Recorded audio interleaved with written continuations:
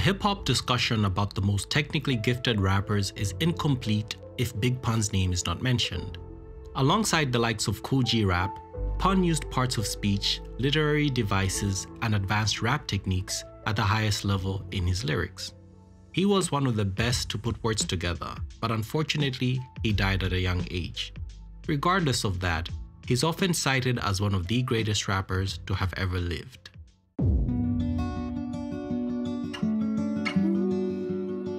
He was born Christopher Lee Rios in the Bronx, New York on November 10, 1971. He grew up in a mixed family with siblings from different parents.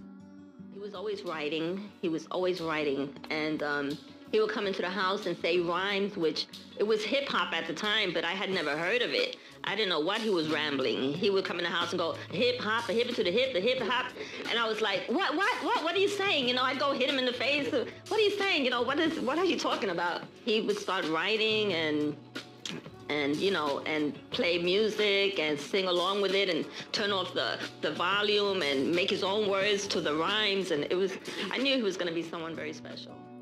As a youngster, Christopher often played basketball with his friends, one of whom was Cuban Link, who would come up with Chris in the music industry at a later age. Chris also enrolled for boxing classes and read avidly as a youngster, which helped him build his vocabulary and appreciation for the English language. But problems at home prompted him to leave at the age of 15, at which point he became homeless for a few years. I would say when Chris was a small child, when I did not have a problem with drugs, I was a nurturing mother. Things changed when I became divorced from his father. Tommy would wake up Chris in the middle of the night. I mean, we're sleeping in the room, and Tommy would just come in and get up, you know, and turn the lights on and make him get up and do push-ups and smack him in the back of his head. And I mean, he was just so harsh on him, you know? He always says how Tommy came and he just took an apple and from deep just threw it at him and hit him in the face, which, you know, the apple's like a rock. I know my brother would get stressed out sometimes and he would punch holes in the wall and eat the rocks in the wall. He started writing rap lyrics aggressively in the 80s and adopted the name Big Moon Dog and formed a group called Full Eclipse with his homies Triple Seis and Cuban Link. While still homeless, he married his girlfriend Liza in 1990 and had 3 kids with her between 1991 and 1994. In 1995, Fat Joe was rapping in a cypher outside the store. After he completed his rhymes, one of the local rappers jumped in and rapped some bars which blew Joe away. That guy was Big Moon Dog, and the encounter was the first meeting between Fat Joe and Christopher Rivers. When I heard him, I was just like crazy, like, oh my God, like, yo, this thing is incredible. Like, I couldn't believe it. I remember that night I didn't even sleep. I was like just bugging. Like, the next day I called him up. I was just finishing off Jealous One's Envy, my album, and he came to the studio and I was doing that record, the dedication. So then we had this one joint that I was putting on, me getting on, and I put him on immediately the next day. Like, I would never do that, not now. Not never would I just, you know, meet somebody and put him on my album the next day. So I knew he was that nice, and at the time, I knew nobody could fuck with him. Cuban Link and Triple Seis were around when all of this was taking place, and they let Joe know that Big Moon Dog was a part of a group, just in case Joe was thinking about offering a record contract. Cuban Link and Triple Seis would later become a part of Fat Joe's crew, Terror Squad. Joe believed in Chris and introduced him to Steve Rifkind, who was the owner of Loud Records. That was the same label that Wu-Tang, Twista, and Mobb Deep were signed to. Chris performed a single freestyle, and Rifkind signed him to a record deal promptly. That decision ended up being a great one because Chris would prove to be a highly successful artist in the years to come. Chris then changed his MC name from Big Moon Dog to Big Punisher, which was shortened to Big Pun. Joe and Pun formed a very strong friendship, and Pun became a member of Joe's crew, the Terror Squad.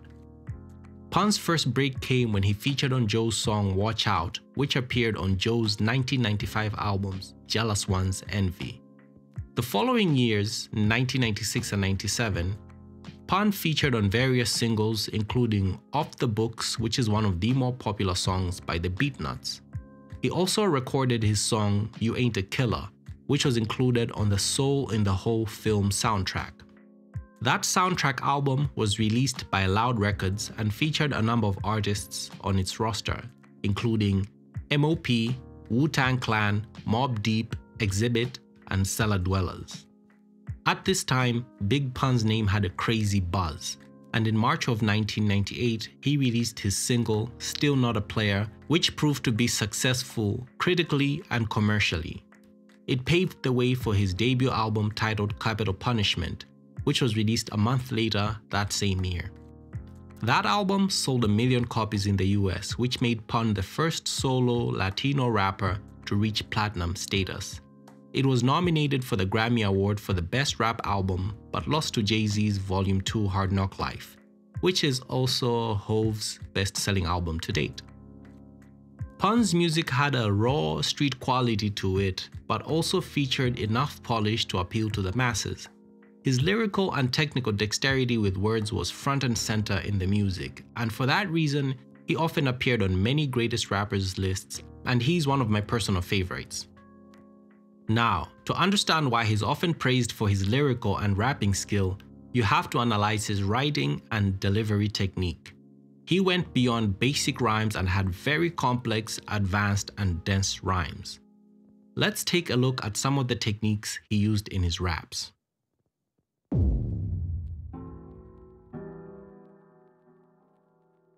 Firstly, he used multisyllabic rhyming. If you're not familiar with this technique, it involves using words and phrases which contain more than one syllable that rhymes. For instance, a single syllable rhyme is, I was feeling sad, so I went to my dad. Only sad and dad rhyme, and they're both single syllable words. An example of a multisyllable rhyme is, living off borrowed time, the clock tick faster. That'll be the hour they knock the slick blaster. Dick dastardly and Muttley with sick laughter. A gunfight and they come to cut the mix master. This technique of writing is tougher since it involves putting together more words that rhyme but make sense in your bars.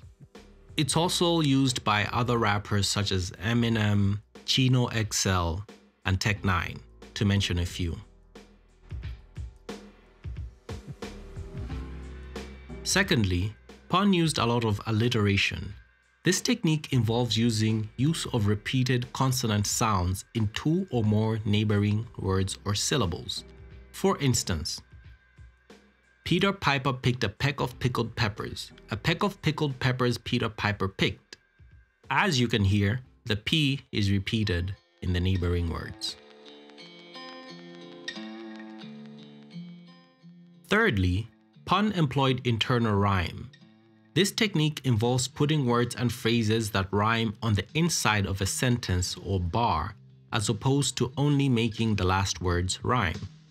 So, a simple bar that contains internal rhyme is, I woke up feeling lonely and very sad.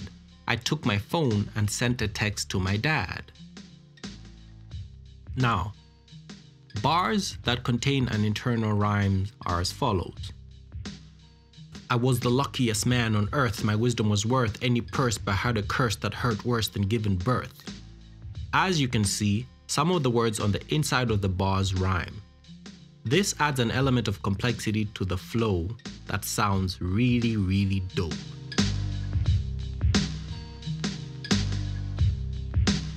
Fourthly, Pun used tongue twisters. These are phrases that are hard to say, usually because of a quick succession of similar consonant sounds, but it can also just be due to the way the syllables bounce around. Tongue twisters sound cool and are called such because when most people try to say them, they mess up and require precision to get right. A common example of a tongue twister is, she sells seashells by the seashore. One of Pun's most popular tongue twisters goes like this. Dead in the middle of Little Italy, little did we know that we riddled some middlemen who didn't do diddly. In that particular case, the lines are tricky to say because of the syllabic bounce which can throw you off. The bar has a rhythm to it that can confuse you if you don't hit it right. Pun used other parts of speech, but those four, in my opinion, were some of the ones that he used in an exceptional way. On top of all of this, he had stellar breath control, which gave him the ability to spit his complex rhymes in a rapid-fire nature without pausing to take a breath, and that made them sound incredible. In my opinion, his work should be classified as essential reading for any MC that wants to study lyricism, flow, and technical rap, because to this very day, few rappers can rap at the level that Pun did during his life.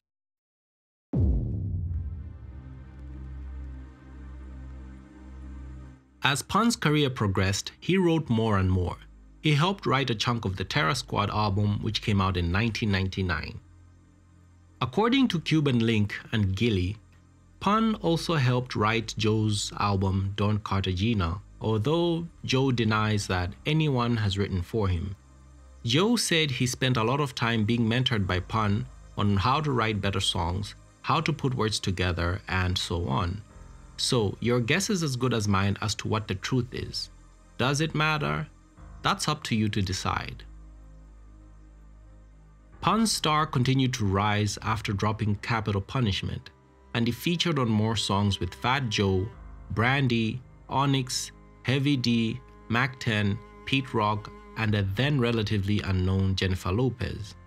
In September 1999, Terror Squad finally put out their debut album titled Terror Squad, the album, on which Pun appears in 6 songs. It eventually sold 250,000 copies, which for whatever reason was considered underperformance. Personally, I think it did great because 250k isn't a small number at all. A side note is that in the book Blockbusters, Hitmaking, Risk-Taking, and the Big Business of Entertainment by Harvard School business professor Anita L. Bass, 98% of digital music tracks in 2011 sold fewer than 1,000 copies. That study was conducted slightly 10 years before the making of this video, so you should take those stats with a grain of salt. But the point is that most artists that release music don't sell much, if any, music at all. So 250k is a massive number, even by 1999 standards when Pun and Joe were going platinum and gold respectively on their solo projects. Gold and platinum selling musicians are the exception, not the rule. Anyway, that same year of 1999, Pun started working on his second album, which was titled Yeah Baby. He worked with some of the same producers from his previous solo album, including Nobody, Minnesota, The Infinite Architects, LES, and Young Lord. He also worked with new collaborators such as Just Blaze, Sean Kane, DJ Shock, and Buck Wild. Pun also started to venture into the film industry and appeared in several independent movies, mostly with fellow rappers such as Snoop Dogg, Ice Cube, and Ice-T. Unfortunately though, by this time, his weight was shooting up at a very rapid pace. He was no longer able to give vibrant live performances at shows as he got winded and was unable to move nimbly around the stage.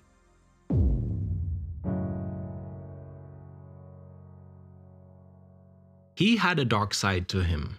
He suffered from depression and coped with it through excessive eating, which led him to become morbidly obese within a few years. He had a troubled childhood filled with abuse from his drug-addicted mother. As earlier stated, Pun ran away from home at the age of 15 and lived in the streets due to hardships at home. These hardships are what frequently led him into depression. The problem only got worse a few years later when he found out his girlfriend was expectant with their first child. He now had a woman and child to take care of, so his stress levels increased. For comparison, this is what he looked like prior to the excessive weight gain. And this is what he looked like after he packed on the pounds. At the height of his weight issues, Big Pun was unable to perform basic day-to-day tasks such as tying his own shoes. His weight just wouldn't allow him. He also had to be helped when bathing and even using the toilet. According to his road manager Gilly in an interview with Doggy Diamonds, Pun could only walk a couple of yards before he was winded and had to sit down. Surprisingly, despite his huge frame and breathing difficulties, he still had brilliant technical capability and breath control when he rapped. In his song It's So Hard, he has a line that says, "I just lost 100 pounds, I'm trying to live," which expressed Pun's desire to get back to a healthy physical condition. Encouragement from his friends and family led him to adopting a diet program at Duke University in the summer of 1999. But he quickly regained all his weight due to his excessive eating, and it took a toll on him. According to Gilly, Pun still ate junk food while on his diet program.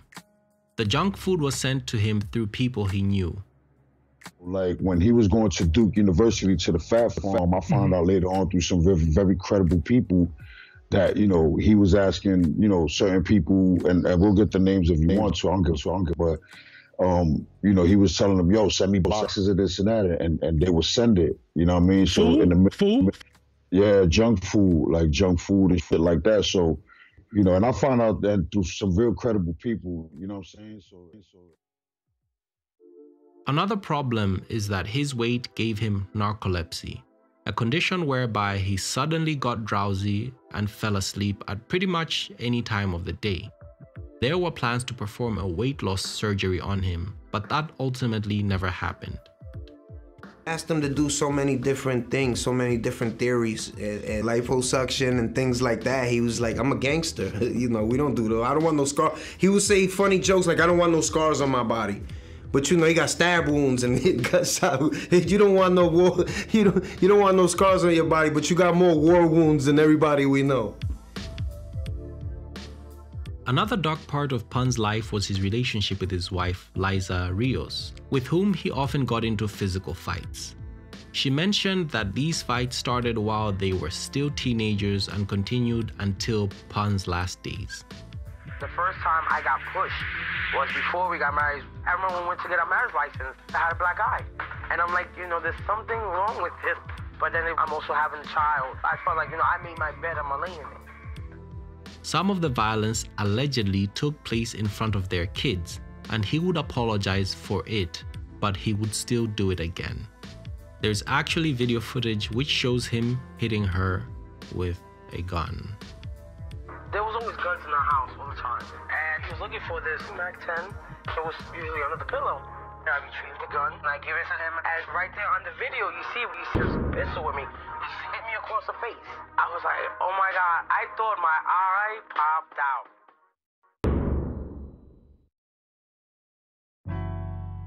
There were also a number of alleged affairs which took place within the marriage, according to Pun's sister Nikki Rodriguez.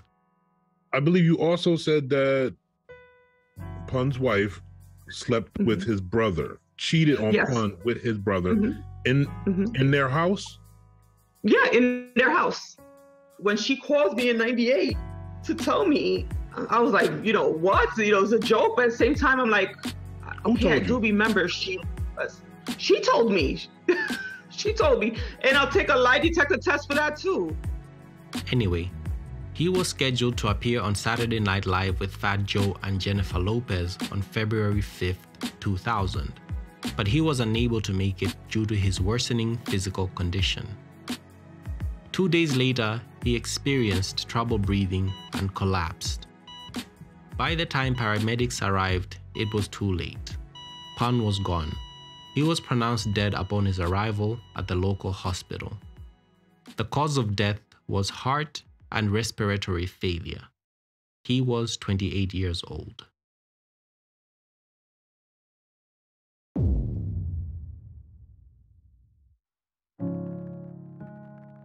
In April 2000, 2 months after his death, his second studio album, Yeah Baby, was released posthumously.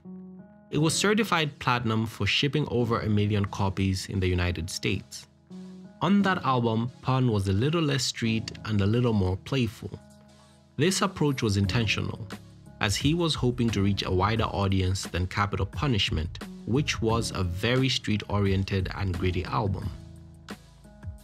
We never got to know much about Pun's personal life, probably because he was in the spotlight for a short time before his passing. He left behind a legacy of 3 kids, one of whom is Chris Rivers, who followed his dad's footsteps and became a really dope MC in his own right. On the musical side, Pun left behind 2 studio albums which serve as a blueprint for technical efficiency in rap, more especially Capital Punishment. In March of 2021, Big Pun's legacy was honored at a ceremony during which a street in the Bronx was named Big Pun Plaza. If you want to be a dope MC, Pun is one of the guys I would suggest you study by listening to his music and actually reading his lyrics. Few MCs can match Pun's skill and use of words on the mic, and he is one of my personal favorites. In fact, Pun is one of the guys that influenced me as a rapper. And if you're interested, you can check out my EP titled Passion and Purpose.